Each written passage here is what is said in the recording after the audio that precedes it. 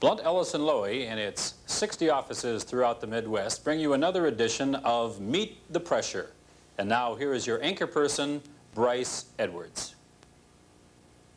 We want to welcome you all to another edition of Meet the Pressure. We're talking now with Gary Personette, a regional sales manager with our firm. Gary, I guess to get right into the questioning, I'm curious, and I know a lot of people are wondering, how you have climbed so high in this firm. I mean, you will concede that you really have very little talent, correct? And your sales, they never really amounted to anything. In fact, weren't you constantly worried about your success? You started in this business in 1969, right? When did you start worrying? So I started in 1969. What were some of your shortcomings? Things you lacked? Things that really contributed to your failure? You have to have empathy. You have to really be concerned about the client. You have to have some feelings toward what that client is all about. You have to work very, very hard. You have to be a self-motivator, a self-starter. And you had none of these qualities, is that right? Isn't it true that in order to scratch out a living, you turned to the degrading habit of selling your hair? I will admit that your hair is really quite beautiful. When did you begin this form of prostitution? Started in November of 1975. Now, you made a pretty good living from this side job, didn't you? Very much so. How long would you say it takes to become a successful hair farmer? After 2 to 3 years, all right, I think it's unlimited with the amount of money that a person can make. Now, Gary, things stayed pretty much the same for your career as a stockbroker until you got Tom Frankie interested in selling his hair. And now, you're a big success. Very much so. Well, there you have it. Another harebrained idea from your Loewi sales management.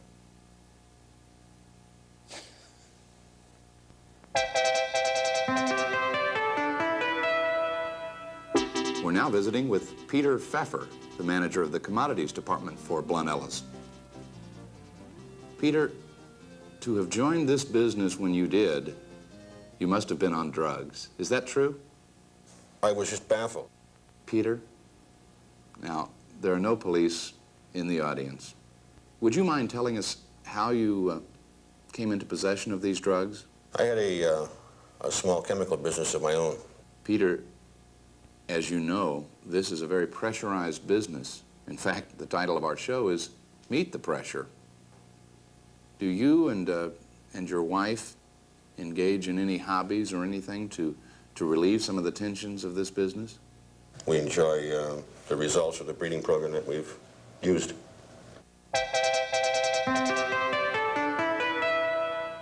And our first victim is Bob Fursterling. Bob is the manager of our municipal bond department at Blunt, Ellis, and Loewi.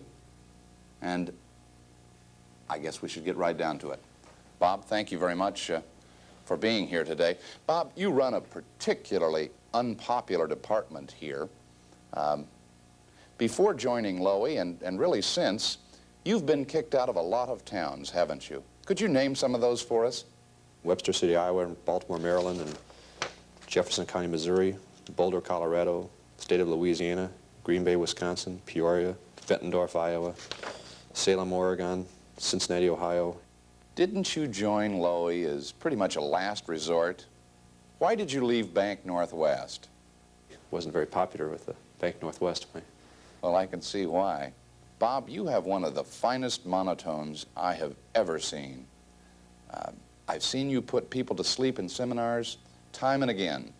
Do you think it'd be possible for you to put together a videotape for me to play for my children at night? Bob, how do you prepare yourself so that when you're giving these seminars and people are snoring everywhere, that you don't start cracking up? What is it that you do? I look at trees a lot when I go home. Stare at the trees.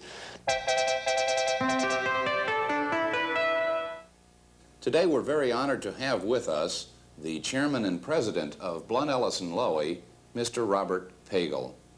Bob, I want to thank you for giving us this opportunity to talk this afternoon. Now, Bob, today in our questions we're going to get kind of personal. Now, that's okay with you, isn't it? Yes. Now, you told me the other day that since becoming president, you're really amazed at what an easy job it is. Yes, I did. Didn't you confess to me the other day that you come in the morning, you shut your door, you open a copy of Field and Stream. I mean, you don't even call anyone on the telephone, isn't that right?